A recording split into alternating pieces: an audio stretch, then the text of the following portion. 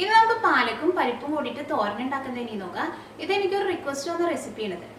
ഈ പാലക്കിന് പകരം ചീര ഉണ്ടെങ്കിൽ ചീര വെച്ചിട്ടും ഈ സെയിം റെസിപ്പി ചെയ്യാം. നമ്മുടെ നാട്ടിലേക്കും പാലക്കിനേക്കാളും കൂടുതൽ ഉപയോഗിക്കുന്നത് ചീരയാണ്. അപ്പോൾ ചീര വെച്ചിട്ടുണ്ടെങ്കിൽ ചീര വെച്ചിട്ട് ചെയ്യാം, അല്ലെങ്കിൽ പാലക്ക് വെച്ചിട്ട് ചെയ്യാം. അപ്പോൾ നമുക്ക് നോക്കാം ഇതിലേക്ക് വേണ്ട സാധനങ്ങൾ എന്തൊക്കെയാണ്. അതിന് വേണ്ടിയിട്ട് ഞാനിവിടെ ഇതേപോലത്തെ ഒരു കെട്ട് പാലക്ക് എടുത്തിട്ടുണ്ട്. ഈ പാലക്ക് എടുക്കുമ്പോൾ പാലക്ക് നന്നായിട്ട് കഴുകിയിട്ട് എടുക്കണം. പാലക്കിലേക്ക് നന്നായിട്ട് മണ്ണുണ്ടാവും. അങ്ങനെ കഴുകിയെടുത്ത് കഴിഞ്ഞിട്ട് ഈ പാലക്ക് നല്ല ചെറിയ പീസായിട്ട് കട്ട് ചെയ്തെടുക്കണം. പിന്നെ വേണ്ടത് പരിപ്പാണ്. ഞാനിവിടെ കടലപ്പരിപ്പാണ് എടുത്തേക്കുന്നത്.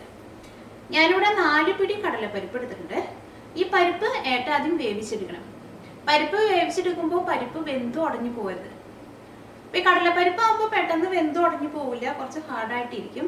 അപ്പോൾ അതുകൊണ്ടാണ് ഞാൻ ഇതിലേക്ക് സാമ്പാർ പരിപ്പ് എടുക്കാണ്ട് കടലപ്പരിപ്പ് എടുത്തേക്കുന്നത്. ഇപ്പോൾ കടലപ്പരിപ്പ് കിട്ടാനില്ല എന്നുണ്ടെങ്കിൽ സാമ്പാർ പരിപ്പ് ആയിരുന്നാലും മതി. 2 പരിപ്പാണെങ്കിലും 4 പിടി പരിപ്പ് എടുക്കുക. ഈ കടലപ്പരിപ്പും പൊട്ടുകടലയും തമ്മിൽ വ്യത്യാസമുണ്ട്. പൊട്ടുകടല എടുക്കുന്നത് കറുത്ത കടലയിൽ നിന്ന് എടുക്കണ പരിപ്പിനെയാണ് പൊട്ടുകടല എന്ന് പറയുന്നത്.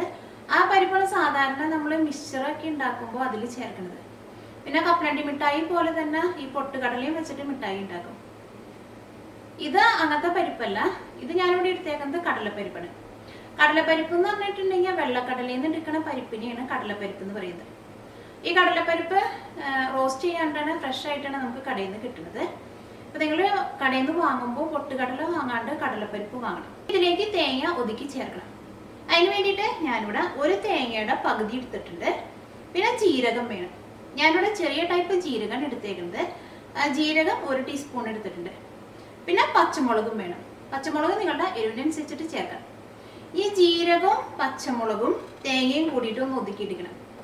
ഒതുക്കിയെടുക്കാന്ന് വെച്ചിട്ടുണ്ടെങ്കിൽ ഒന്നല്ലെങ്കിൽ മിക്സിയിൽ ഇട്ടിട്ട് വെള്ളം ചേർക്കാണ്ട് ഒന്ന് കറക്കിയെടുക്കുക, അല്ലെങ്കിൽ അമ്മിക്കല്ലുമ്മ വെച്ചിട്ട് വെള്ളം ചേർക്കാണ്ട് ഒന്ന് ചതച്ചെടുക്കുക. ഇനി ഇതിലേക്ക് നമ്മൾ മുളകിൻ്റെ പൊടിയൊന്നും ചേർക്കണില്ല. അപ്പോൾ നിങ്ങളുടെ തോരൻ്റെ എരിവിനനുസരിച്ചിട്ട് പച്ചമുളക് ഈ തേങ്ങയുടെ കൂടെ ഒതുക്കി ചേർക്കണം. പിന്നെ വേണ്ടത് സവോളയാണ്. സവോളയ്ക്ക് പകരം ചുവന്നുള്ളി ഇട്ടാണെങ്കിൽ ചുവന്നുള്ളി എടുക്കുക. ഞാനിവിടെ ചുവന്നുള്ളി ഇല്ലാത്തത് കൊണ്ടാണ് സവോള എടുത്തേക്കുന്നത്. അതിന് വേണ്ടിയിട്ട് ഞാനിവിടെ ഒരു മീഡിയം സവോള കുറച്ച് ചെറിയ പീസായിട്ട് കട്ട് ചെയ്തെടുത്തിട്ടുണ്ട്. പിന്നെ കടുക് വേണം. കടുക് 1 ടേബിൾ സ്പൂൺ കടുക് എടുത്തിട്ടുണ്ട്. പിന്നെ മഞ്ഞൾപ്പൊടിയും വേണം. അപ്പം നമുക്ക് നോക്കാം ഇതെങ്ങനെ തോരനാക്കാന്ന്. ഇനി ഫസ്റ്റ് പരിപ്പ് വേവിച്ചെടുക്കുക. അതിന് വേണ്ടിയിട്ട് ഞാനിവിടെ 4 പിടി പരിപ്പ് നന്നായിട്ട് കഴുകിയെടുത്തിട്ടുണ്ട്. ഇതൊരു കുക്കറിലേക്ക് ഇടുക. ഈ പരിപ്പ് വേവിച്ചെടുക്കാൻ വേണ്ടിയിട്ട് വെള്ളം ഒഴിക്കുക. ഞാനിതിലേക്ക് പരിപ്പ് ജസ്റ്റ് മുങ്ങിക്കിടക്കാൻ ആവശ്യത്തിനുള്ള വെള്ളമാണ് ഒഴിച്ചേക്കുന്നത്. വെള്ളം ചേർക്കുമ്പോൾ ഒരുപാട് വെള്ളം ചേർക്കരുത്. ഈ തീ ഓണാക്കാം. ഇതൊരു വിസിൽ വന്നു കഴിയുമ്പോൾ തീ ഓഫ് ചെയ്യണം. അതുകൊണ്ട് ഇതിൻ്റെ ഉള്ളിൽ നിന്ന് സ്റ്റീം മുഴുവനും പോയി കഴിഞ്ഞിട്ട് വേണം തുറക്കാൻ വേണ്ടിയിട്ട്. ഇപ്പോൾ പരിപ്പ് വെന്തിട്ടുണ്ട്. പരിപ്പ് വെന്തിട്ട് ഇതേപോലെ ഇരിക്കണം. പരിപ്പ് വെന്ത് നല്ല സോഫ്റ്റായിട്ട് ഇരിക്കണം. പരിപ്പ് വെന്ത് ഉടഞ്ഞു പോകരുത്. പരിപ്പിലേക്ക് നിങ്ങൾ വെള്ളം ചേർക്കുമ്പോൾ വെള്ളം നന്നായിട്ട് കുറച്ച് ഒഴിച്ചിട്ടുണ്ടെങ്കിൽ ചിലപ്പോൾ പരിപ്പ് വേവിച്ചെടുക്കുന്ന സമയത്ത് പരിപ്പ് അടിയിൽ പിടിക്കും. ഇനിയിപ്പോൾ വെള്ളം കുറച്ച് കൂടിയാലും കുഴപ്പമില്ല. ആ പരിപ്പിൽ നിന്ന് ഒരു വിസിൽ വന്നു കഴിഞ്ഞിട്ട് തീ ഓഫ് ചെയ്യുക. അത് കഴിഞ്ഞിട്ട് അതിൻ്റെ ഉള്ളിൽ നിന്ന് സ്റ്റീം മുഴുവൻ പോയി കഴിയുമ്പോൾ തുറന്ന് നോക്കുക. എന്നിട്ട് പരിപ്പിൽ വെള്ളം കൂടുതലുണ്ടെങ്കിൽ തുറന്ന് വെച്ചിട്ട് വെള്ളം വറ്റിച്ചെടുക്കുക. ഈ തേങ്ങ ഒതുക്കിയെടുക്കുക. അതിന് വേണ്ടിയിട്ട് ഈ മിക്സിയുടെ ജാറിലേക്ക് പച്ചമുളക് ചേർക്കുക. തേങ്ങ ചേർക്കുക. ഞാനിവിടെ ഒരു വലിയ തേങ്ങയുടെ പകുതിയാണ് എടുത്തേക്കുന്നത്. ചെറിയ തേങ്ങയ്ക്കാണെങ്കിൽ നിങ്ങളൊരു തേങ്ങയുടെ 3/4 ഭാഗം എടുക്കണം. തേങ്ങ കുറച്ച് കൂടിയാലും കുഴപ്പമില്ല. ഇതിലേക്ക് 1 ടീസ്പൂൺ ജീരകം ചേർക്കുക. ഇത് മിക്സിയിലിട്ടിട്ട് ഒന്ന് കറക്കിയെടുക്കുക. ഞാനിവിടെ തേങ്ങ മിക്സിയിലിട്ടിട്ട് ഒന്ന് ഒതുക്കിയെടുത്തിട്ടുണ്ട്. പാലക്ക് ഞാനിവിടെ നന്നായിട്ട് കഴുകിയിട്ട് കുറച്ച് ചെറിയ പീസായിട്ട് കട്ട് ചെയ്തെടുത്തിട്ടുണ്ട്. ഇത് വെച്ചിട്ട് തോരനാക്കുക. ഇത് തോരനാക്കാൻ വേണ്ടിയിട്ട് ഒരു പാൻ വെച്ചിട്ട് ചൂടാക്കുക. ഇതിലേക്ക് ആവശ്യത്തിന് വെളിച്ചെണ്ണ ഒഴിക്കുക. ഈ തോരനൊക്കെ ഉണ്ടാക്കുമ്പോൾ വെളിച്ചെണ്ണ ഉണ്ടെങ്കിൽ വെളിച്ചെണ്ണയിൽ ഉണ്ടാക്കുക.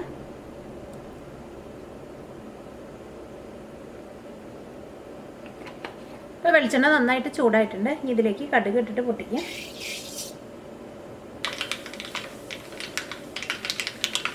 ഇപ്പോൾ കടുക് പൊട്ടിയിട്ടുണ്ട്. ഇതിലേക്ക് സവോള ചേർക്കുക. കറിവേപ്പില ഉണ്ടെങ്കിൽ കറിവേപ്പിലയും കൂടിയും ചേർക്കുക.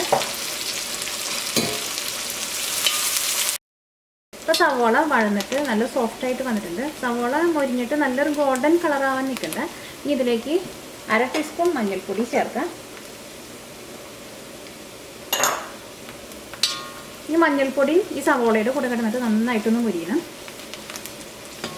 അപ്പോൾ മഞ്ഞൾപ്പൊടി ഇതിനകത്ത് കിടന്നിട്ട് നന്നായിട്ട് മുരിഞ്ഞിട്ടുണ്ട്. ഇതിലേക്ക് ഒതുക്കി വെച്ചേക്കണ തേങ്ങ ചേർക്കാം. ഇത് 2 മിനിറ്റ് ഒരു മീഡിയം ഫ്ലെയിമിലിട്ടിട്ട് നന്നായിട്ടൊന്ന് മിക്സ് ചെയ്യുക. ഈ ചെറുതായിട്ട് കട്ട് ചെയ്ത് വെച്ചേക്കണ പാലക്ക് ചേർക്കാം. വേവിച്ച് വെച്ചേക്കണ പരിപ്പും ചേർക്കാം. ആവശ്യത്തിന് ഉപ്പ് ചേർക്കാം. ഈ പാലക്ക ആയതുകൊണ്ട് ഉപ്പ് അധികം ആവശ്യമില്ല. ഈ പാലക്കിൻ്റെ ഉള്ളിൽ തന്നെ ചെറുതായിട്ടൊരു ഉപ്പ് രസം ഉണ്ടാവും. അപ്പോൾ പാലക്കിന് എപ്പോഴും വളരെ കുറച്ച് ഉപ്പിൻ്റെ ആവശ്യം ഉണ്ടാവുള്ളൂ. ഇതെല്ലാം കൂടിയിട്ടൊന്ന് മിക്സ് ചെയ്യാം. ഇതൊരു 5 മിനിറ്റ് തീ നന്നായിട്ട് കൂട്ടി വെച്ചിട്ട് നന്നായിട്ടൊന്ന് മിക്സ് ചെയ്തിട്ടെടുക്കുക. ഇത് മൂടി വയ്ക്കേണ്ട ആവശ്യമില്ല. കാരണം എന്താണെന്ന് വെച്ചിട്ടുണ്ടെങ്കിൽ പാലക്ക് നന്നായിട്ടൊന്ന് ചൂടായിട്ടുണ്ടെങ്കിൽ പാലക്ക് വെന്ത് കിട്ടും. പിന്നെ അത് മൂടി വെച്ചിട്ടുണ്ടെങ്കിൽ ഈ പാലക്കിൻ്റെ ഉള്ളിൽ നിന്നൊക്കെ വെള്ളം വന്നിട്ട് ഇതാകെ കുഴഞ്ഞ പോലെയാവും. അത് ചീരയാണെങ്കിലും മൂടി വയ്ക്കേണ്ട ആവശ്യമില്ല. ഇതേപോലെ തുറന്ന് വെച്ചിട്ട് നന്നായിട്ടൊന്ന് മിക്സ് ചെയ്തെടുത്താൽ മതി. ഈ പാലക്ക് നന്നായിട്ട് വെന്തിട്ടുണ്ട്. ഇതേപോലെ എടുക്കണം. പാലക്കിൻ്റെ കളറ് മാറിപ്പോവാണ്ട് എടുക്കണം. അതുകൊണ്ട് നിങ്ങളത് മൂടി വെച്ചിട്ട് ഒരു സമയത്തും വേവിച്ചെടുക്കരുത്. ഇപ്പോൾ തോരൻ റെഡി ആയിട്ടുണ്ട്. ഇനി തീ ഓഫ് ചെയ്യാം. ഇപ്പോൾ പാലക്ക് പരിപ്പ് തോരൻ റെഡി ആയിട്ടുണ്ട്. ഇത് ഒന്നല്ലെങ്കിൽ റൈസിൻ്റെ കൂടെ കഴിക്കുക, അല്ലെങ്കിൽ ചപ്പാത്തിയുടെ കൂടെ കഴിക്കാനും നല്ല ടേസ്റ്റ് ആയിരിക്കും. പിന്നെ ഇത് നിങ്ങൾ തീ ഓഫ് ചെയ്താലും ചൂടോട് കൂടിയിട്ട് മൂടി വയ്ക്കരുത്. അങ്ങനെ ചൂടോട് കൂടി മൂടി വെച്ചിട്ടുണ്ടെങ്കിൽ ഈ പാലക്കിൻ്റെ കളറ് മാറിപ്പോവുകയും ചെയ്യും. ഈ പാലക്കിന് ഒരു വാടിയ ടേസ്റ്റ് വരികയും ചെയ്യും. ഈ പാലക്കിന് പകരം ഇതേപോലെ തന്നെ ചീര വെച്ചിട്ടും ഈ സെയിം റെസിപ്പി ഉണ്ടാക്കുക.